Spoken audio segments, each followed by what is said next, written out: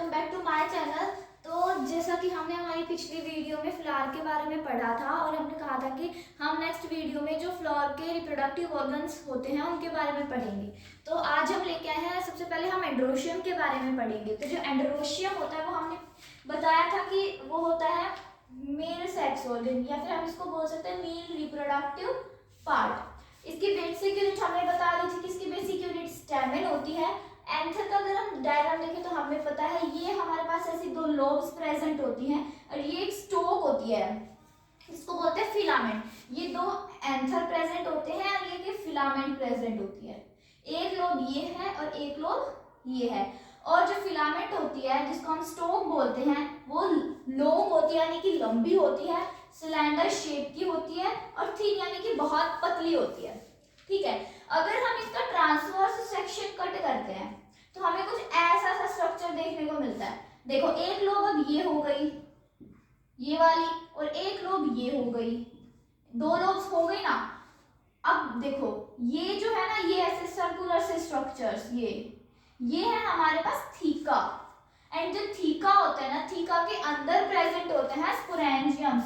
स्पोरेंजियम्स bag होते हैं जो डिवीजन के बाद बनते हैं और ये पोलन सैक के जैसे एक्ट करते हैं। ठीक है, जो एंथर होता है वो बाइलोब्ड होता है। बाइलोब्ड का मतलब देखो एक लोब ये है, एक लोब ये है, कितनी लोब्स हो गई? दो लोब्स प्रेजेंट हो गई ना, इसलिए होता है बाइलोब्ड, क्योंकि दो लोब्स प्रेजेंट होती है। डाइथीका या फिर डाइथीकस या फिर बाइथीकस, क्यों? क्योंकि दो थीका प्रेजेंट होते हैं। अब आप सोचोगे दो थीका कैसे? चार थीका प्रेजेंट होते हैं, एक दो तीन चार, लेकिन हम लोब्स को लेके चल रहे हैं। एक लोब में कितने थीका हैं? एक दो। इस लोब में कितने हैं? एक दो। इसलिए ये होते हैं डाइथीकस या बाइथीकस, यानी कि दो थीका प्रेजेंट होते हैं ईच लोब में। फिर ये होता है टेट्रास्पोरेंजिएट। टेट्रा का मतलब होता है चार, बाय का मतलब, ये डाई का मतलब होता है दो। टेट्रास्पोरेंजिएट यानी कि चार स्पोरेंजिया, स्पोरेंजिया या स्पोरेंजियम, चार स्पोरेंजियम प्रेजेंट होते हैं हर एक कॉर्नर पे। देखो एक दो तीन चार, चार कॉर्नर्स हैं हमारे पास एंड चारों कॉर्नर्स पे एक एक स्पोरेंजियम प्रेजेंट है, इसलिए इसको बोला जाता है टेट्रास्पोरेंजिएट। अब आती है एंथर वॉल लेयर्स। तो एंथर वॉल लेयर्स यानी कि एंथर के ऊपर जो वॉल लेयर्स होती हैं। अब लेयर्स का काम क्या होता है और वॉल का काम क्या होता है? प्रोटेक्शन का ही तो काम करती है वो। घर के चारों साइड वॉल क्यों खड़ी करते हैं? ताकि हमारा घर प्रोटेक्ट हो सके, इसीलिए किसी भी चीज के अराउंड वॉल होती है ताकि प्रोटेक्शन प्रोवाइड। तो एंथर वॉल लेयर्स का काम भी है प्रोटेक्शन प्रोवाइड करना, डेहिसेंस प्रोवाइड करना और न्यूट्रिशन। डेहिसेंस क्या होता है? डेहिसेंस होता है बर्स्टिंग, यानी कि एंथर का फटना, क्योंकि एंथर फटेगा तभी तो पोलन ग्रेन्स बाहर निकलेंगे और पोलन ग्रेन्स बाहर निकलेंगे तभी पोलिनेशन होगा। अगर एंथर फटेगा ही नहीं तो पोलन ग्रेन्स भी बाहर नहीं निकलेंगे, इसलिए डेहिसेंस भी जरूरी होता है। तो कुछ ऐसा स्ट्रक्चर हमें दिखता है। हमने देखा था कि जब हम एंथर का ट्रांसवर्स सेक्शन देखते हैं, ट्रांसवर्सली कट करते हैं, तो हमें कुछ ऐसा, ये अंदर का देखिए ऐसा स्ट्रक्चर मिलता है। तो ये जो सबसे अंदर वाली लेयर है ना, ये फर्स्ट लेयर, ये हो मतलब जो सबसे अंदर वाली लेयर होती है वो होती है हमारे पास ये वाली। जो ये दो लेयर्स होती है ना वो होती है मिडल लेयर्स। उसके बाहर की साइड प्रेजेंट होती है एपिथीशियम और सबसे बाहर होती है एपिडर्मिस। और जो और सबसे इनर मोस्ट लेयर देखें वो होती है टैपेटम। तो देखो एपिडर्मिस, सबसे जो बाहर वाली लेयर है वो है एपिडर्मिस।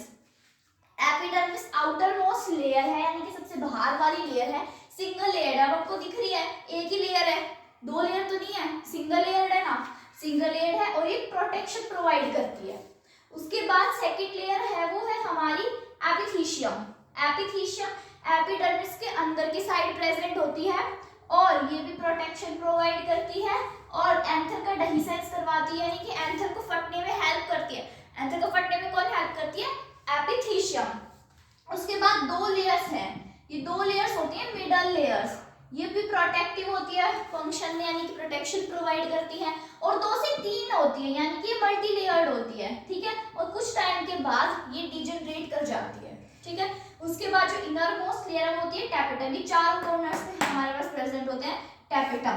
टेपिटम क्या होती है, जो इनर मोस्ट लेयर होती है, देखो आउटर मोस्ट लेयर तो होती है एपिडर्मिस और इनर मोस्ट लेयर होती है हमारे पास टेपिटम। और ये ना न्यूट्रिटिव होते हैं, क्यों, अब प्रोटेक्शन हमने देख लिया, दही सेल्स देख लिया, अब कोई ना कोई होना तो चाहिए जो इसको न्यूट्रिशन भी प्रोवाइड करे, तो टेपिटम का काम होता है कि वो न्यूट्रिशन प्रोवाइड करे। और ये ना जो स्पोरोजिनस टिश्यूज होते हैं, स्पोरोजिनस टिश्यू जैसे कि सेल्स होते हैं, सेल्स बाद में टिश्यूज बनाते हैं, वैसे ही स्पोरोजिनस जो सेल्स होते हैं वो मिलकर स्पोरोजिनस टिश्यूज बनाते हैं। तो ये जो स्पोरोजिनस टिश्यूज होते हैं ना उनको सराउंड करती है, देखो सराउंड्स द स्पोरोजिनस टिश्यूज। उसके बाद इसमें साइटोप्लाज्म बहुत ज्यादा होता है, डीएनए कंटेंट भी बहुत हाई होता है, और इसमें ना जो न्यूक्लियस होता है वो भी ज्यादा होता है, यानी कि डेंस साइटोप्लाज्म, डीएनए कंटेंट भी इसका हाई होता है और न्यूक्लियस इसमें ज्यादा होते हैं।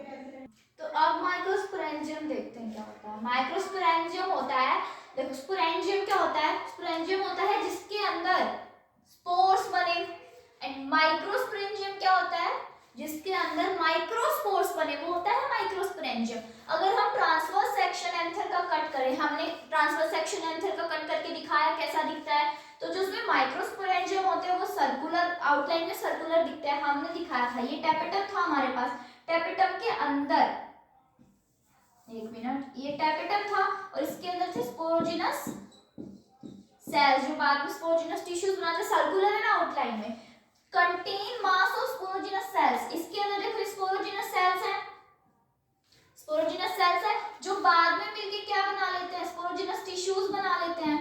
हमने बताया था सेल्स होते हैं, सेल्स बाद में टिश्यू बनाते हैं, ऐसे स्पोरोजिनस सेल्स बाद में स्पोरोजिनस टिश्यूज बना लेंगे। और ये एंथर बोल लेयर से सराउंड होते हैं। एंथर बोल लेयर हमने दिखाई थी टेपिटम, सबसे पहले एपिडर्मिस, उसके बाद एपिथेशियम, फिर दो मिडल लेयर और उसके बाद इनरमोस्ट टेपिटम। तो आज यहीं तक, अगली लेक्चर में हम माइक्रोस्पोरोजेनेसिस देखेंगे कि जो माइक्रोस्पोर है उसका फॉर्मेशन होता आखिर कैसे है। तो मेरी और वीडियोस देखने के लिए मेरे चैनल को सब्सक्राइब करें और वीडियो को लाइक करना ना भूलें। थैंक्स।